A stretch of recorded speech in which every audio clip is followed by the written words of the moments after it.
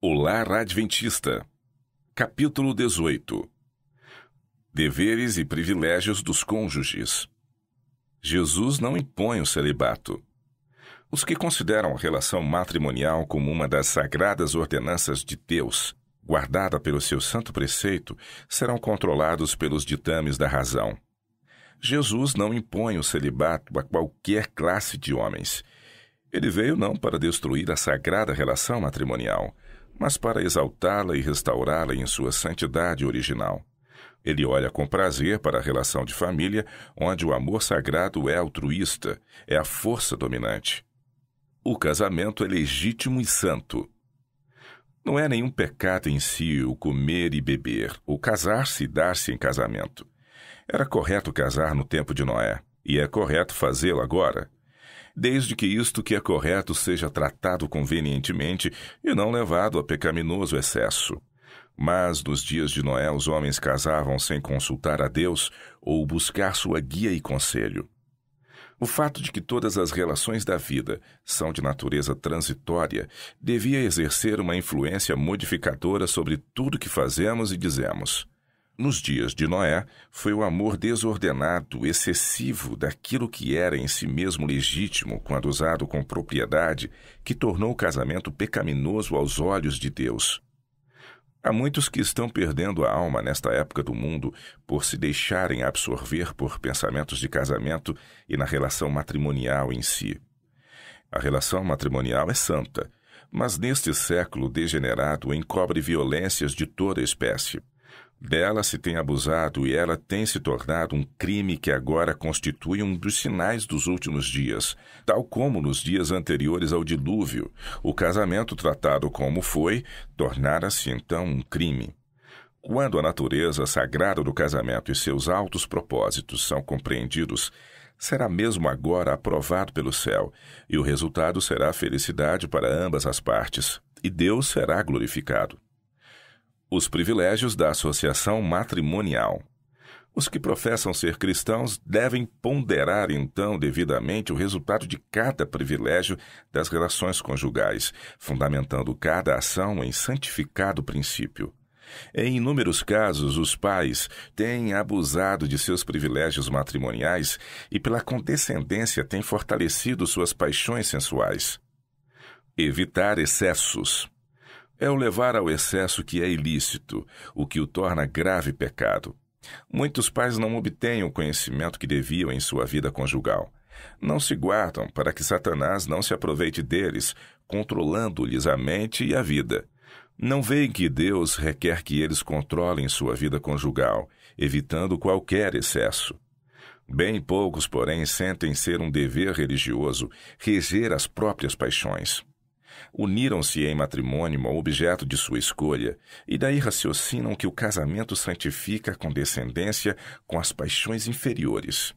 Mesmo homens e mulheres que professam piedade dão rédea solta às suas paixões de concupiscência, e nem pensam que Deus os considera responsáveis pelo dispêndio de energia vital que lhes enfraquece o suporte da vida e lhes debilita todo o organismo. Abnegação e temperança. Oh, se eu pudesse fazer todos compreenderem sua obrigação para com Deus quanto a observar a estrutura mental e física nas melhores condições a fim de prestarem serviço perfeito a seu Criador. Refreie-se a esposa cristã, tanto por palavras como por atos, de despertar as paixões sensuais do marido. Muitos não têm absolutamente forças para desperdiçarem nessa direção. Desde sua juventude têm enfraquecido o cérebro e debilitado sua constituição em virtude da satisfação dos apetites sensuais. A abnegação e temperança, eis o que devia constituir sua divisa na vida conjugal. Estamos sob solenes obrigações a Deus de conservar puro o espírito e sadio o corpo, para que possamos ser um benefício para a humanidade e render a Deus perfeito serviço. O apóstolo pronuncia estas palavras de advertência: não reine, portanto, o pecado em vosso corpo mortal, para lhe obedecerdes em suas concupiscências. Ele nos anima a avançar dizendo que todo aquele que luta de tudo se abstém. Exorta todos que se dizem cristãos a apresentarem o seu corpo como sacrifício vivo, santo e agradável a Deus. Diz ainda: subjugo o meu corpo e o reduzo à servidão, para que pregando aos outros eu mesmo não venha de alguma maneira ficar reprovado.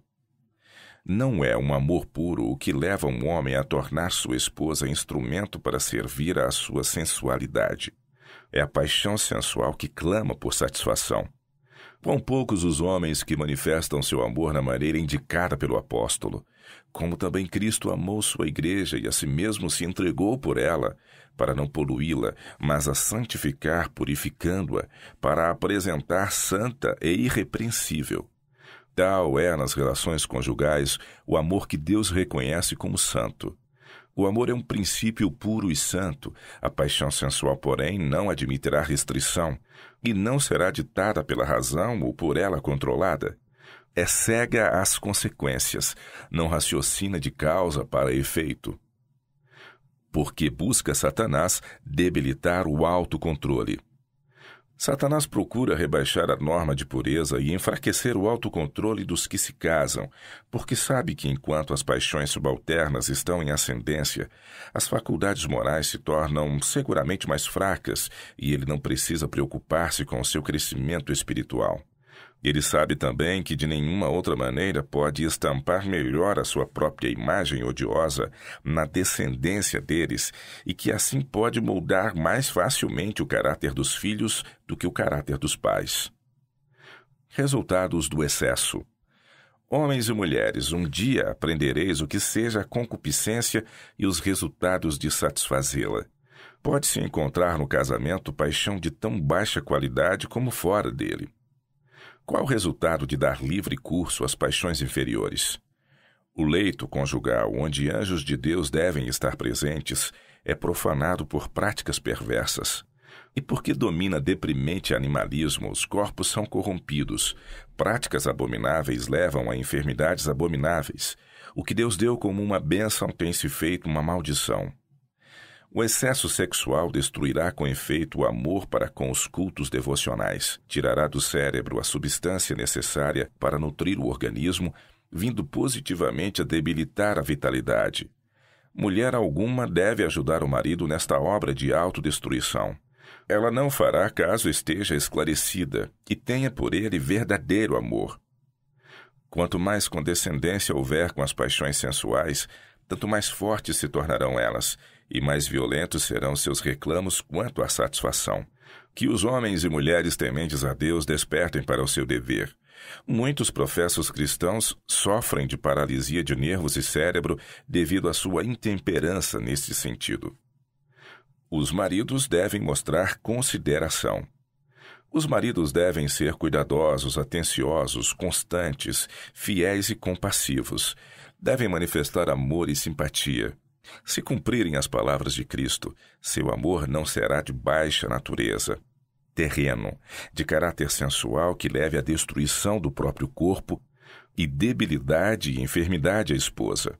Não serão condescendentes para com a satisfação de baixas paixões, fazendo ouvir à esposa que ela deve ser sujeita ao marido em tudo. Quando o esposo tem a nobreza de caráter, a pureza de coração, a elevação de espírito que cada cristão deve possuir, isto se revelará na associação matrimonial. Se ele tem a mente de Cristo, não será um destruidor do corpo, mas estará cheio de terno amor, procurando alcançar a mais elevada norma em Cristo. Quando se instala a desconfiança, homem algum amará verdadeiramente a sua esposa, quando ela se submete pacientemente a tornar-se sua escrava e servir às suas depravadas paixões. Em sua passiva submissão, ela perde o valor que outrora possuía aos olhos dele. Ele a vê degradada de tudo quanto era elevado para um baixo nível, e não demora que suspeite que ela se submeta com a mesma passividade a ser degradada por outro, assim como por ele. Duvida-lhe da constância e pureza, cansa-se dela e busca novos objetos para despertar e intensificar suas paixões infernais. A lei de Deus não é considerada. Tais homens são piores que os animais. São demônios em forma humana. Não conhecem os elevados e enobrecedores princípios do amor verdadeiro e santificado. Também a esposa fica ciumenta do marido e suspeita que, em havendo oportunidade, ele com a mesma prontidão dirigiria a outra, da mesma maneira que a ela, suas atenções amorosas. Vê que ele não é regido pela consciência ou o temor de Deus. Todas essas barreiras são derribadas pelas paixões concupiscentes. Tudo quanto é no marido semelhante a Deus, torna-se servo da concupiscência embrutecedora e vil. Solicitações irrazoáveis. A questão a ser assentada agora é: há de a esposa sentir-se obrigada a ceder implicitamente às exigências do marido, quando ela vê que coisa alguma senão a paixão vil o domina, e quando sua razão e discernimento se acham convencidos de que ela o faz com dano do próprio corpo, que Deus lhe ordenou possuir em santificação e honra, conservar como um sacrifício vivo para Deus?